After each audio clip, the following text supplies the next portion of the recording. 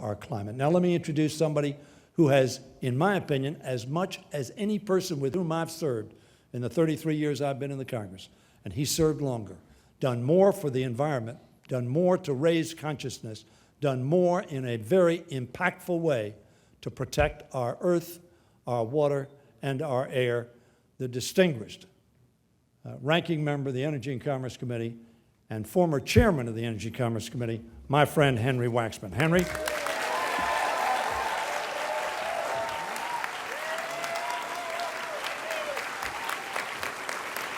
Thank you very much.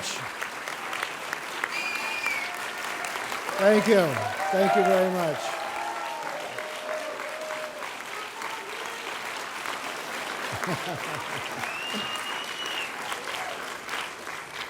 Well, I'm delighted to be here, and I'm amazed. You know, when you're short, you don't realize how many people there are. But luckily, I get to stand on the Barbara Boxer box. And whenever I'm with Barbara Boxer and she's got her box, it's an uplifting experience for me. Senator Whitehouse, members of the Senate, the House, and all of you, we're here because our country and our world is at a crossroads. The scientists tell us it's unequivocal that there is climate change taking place, that we're seeing this, more intense storms and droughts and all these calamities in every part of our country, and every industry is being affected by it.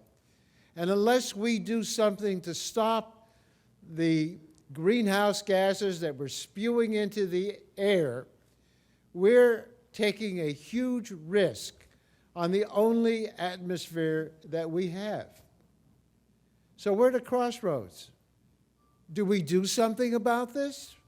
Or do we follow the path that we see in the Congress of the United States on the House side, where we don't have such great leaders like Sheldon Whitehouse and Barbara Boxer?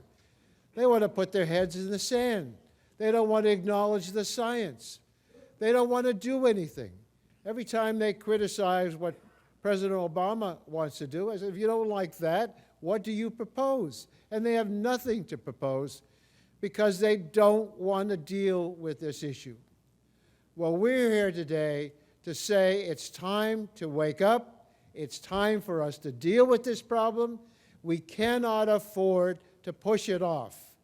We cannot afford it because we will reach a tipping point where it may be too late.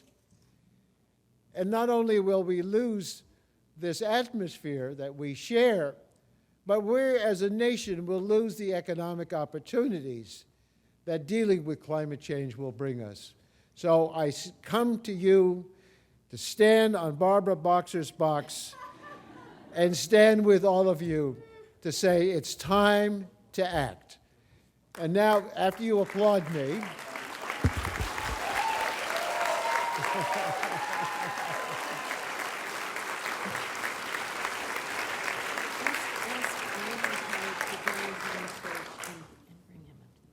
okay, Barbara Boxer suggests that I ask all of our colleagues to come up to the stage as I introduce the next one of our colleagues to speak.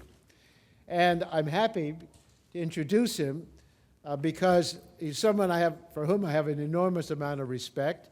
He's from the House, and he's the co-chair of the House Sustainable Energy and Environmental Caucus, the representative from New York, and my good friend and a great champion of our cause, Congressman Paul Tonko.